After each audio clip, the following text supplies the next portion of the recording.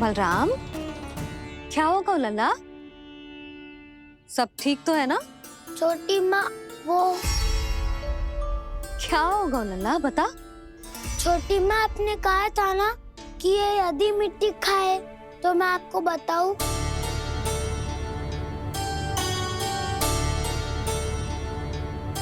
कान्हा, जे मैं क्या सुन रही हूँ? तूने मिट्टी खाई? मैया मिट्टी के बारे में पूछ रही है, पर मैंने तो भू देवी का शुद्ध प्रसाद खाया है। मैं कछु पूछ रही हूँ लल्ला, उत्तर दे। तूने मिट्टी खाई है कि ना? तो क्या मैं असत्य बोल रहा हूँ? मैंने स्वयं देखा है छोटी माँ कि अकेले बैठकर मिट्टी खा रहा था। आप सबसे पूछिए, इन्होंने भी देखा था। वाह, सूख के सखाओ ने 2 कांटे ही साथ छोड़ दियो। मुझे तुझसे सच सुनना है कान्हा। बता, तूने मिट्टी खाई है कि ना? झूठ बोल रहा है, सच्ची सच्ची बता, खाई है? ना भैया, मैंने मिट्टी ना खाई।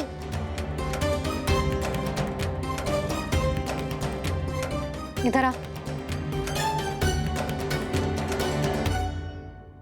तो फिर मुंह खोल के दिखा दे अपनी मैया को। क्यों? अब क्या होगा? तूने मिट्टी तो ना खाई, तो दिखा दे कि जे सब असत्य बोल रहे हैं।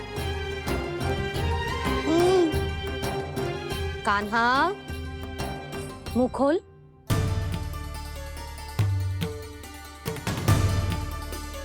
मुंह खोल लल्ला, मुंह खोल के दिखा। दिखा मैया को। आ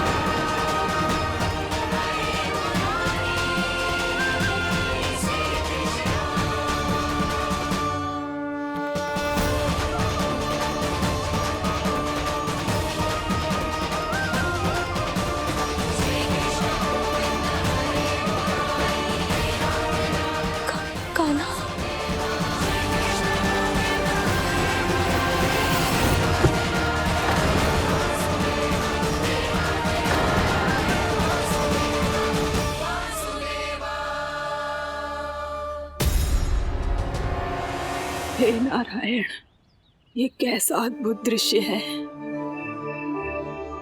कान्हा के मुंह में संपूर्ण ब्रह्मांड, पर इसका अर्थ क्या है? नारायण की इच्छा क्या है? क्यों दिखाया उन्होंने मुझे ये सब? क्या बताना चाहते हैं मुझे वो ये सब? कुछ ना कुछ कारण तो अवश्य है। लगता है मुझे मेरे इन प्रश्नों का उत्तर मेरे कान्हा के पास जाके ही मिलेगा।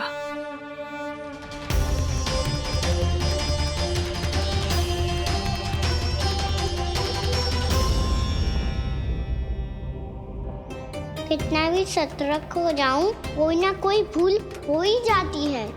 पिछली बार तो बाबा ने संभाल लिया था, अब मैया क्या करेगी? छोटी माँ, कान्हा क्या हो गया इधर?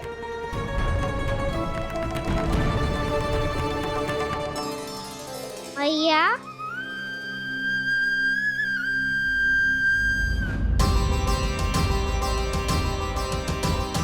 उठ जाओ ना मैया।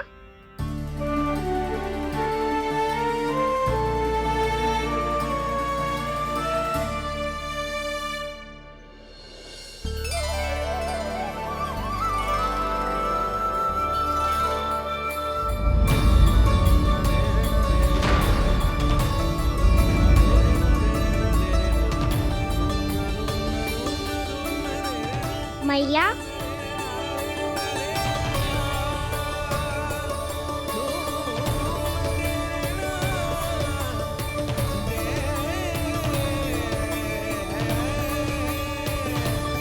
कान्हा, कान्हा, लल्ला, मैया क्या होगा आपको? आप ठीक तो हो? कान्हा मुंह खोल के दिखा, दिखा मैया को।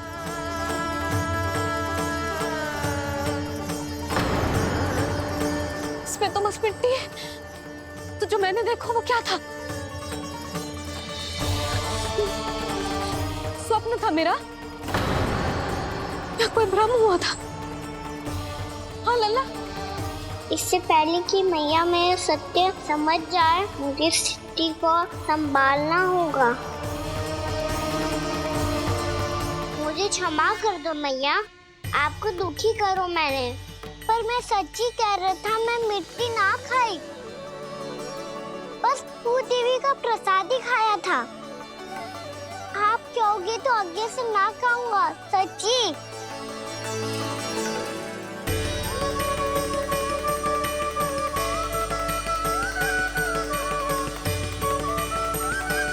बस बस लल्ला बस, इसमें विशेष शक्ति ना हो सकती। ये तो इतना भोला है कि मिट्टी को भूदेवी का प्रसाद समझ के खा गया। मुझे क्षमा कर दो मैया। ये दूसरी बार हुआ है मेरे साथ। क्या मैं बावली हो गई हूँ? ना ना, मैं तो पूरी तरह ठीक हूँ। फिर क्या कारण हो सकता है इसका? अरे प्रसाद का समय हो गया है और मैंने अभी तक कुछ बनाओ भी ना है। आज फिर से गुड़ ही चढ़ाना पड़ेगा। मैं आए दिन भोग में गुड़ चढ़ा रही हूँ, अवश्य इसीलिए मिट्टी को गुड़ का प्रसाद समझकर खा गो मेरा कान्हा।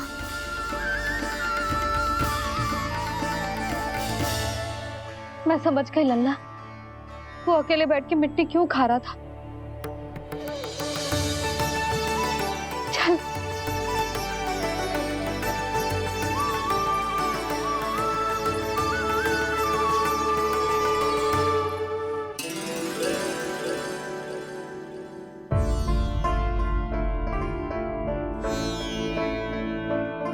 मुझे क्षमा कर दो प्रभु। अपनी ममता में लल्ला की आवश्यकता को सबसे अधिक महत्व दे रही थी मैं। इसी कारण से आपकी भक्ति में भूल चूक हो गई।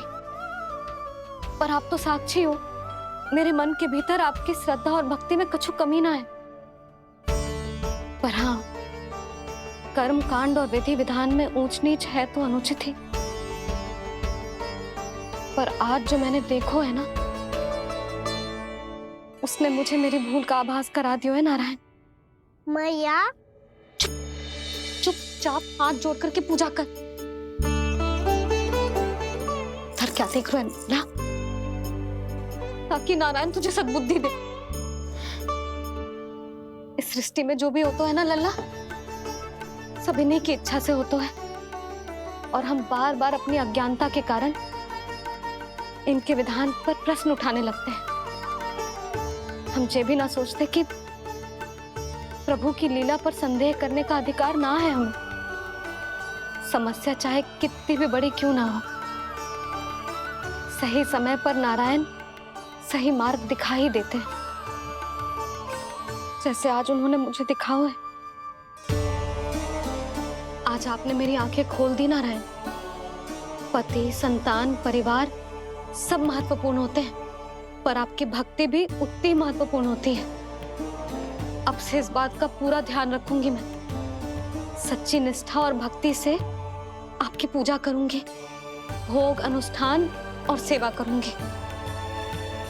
वैसे नारायण, सच्ची बात तो ये है कि सब इसी के कारण हो रहा है। इसके कारण आजकल मुझे समय ना मिलता है। मैया, मेरी सेवा ही तो नारायण की सेवा है।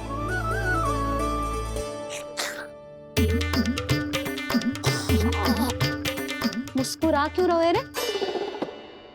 हाथ जोड़ प्रार्थना कर कि नारायण तुझे भी सही समय पर सही मार्ग दिखाएं, ताकि तुझे मिट्टी वाली भूल दोबारा ना दोहराए।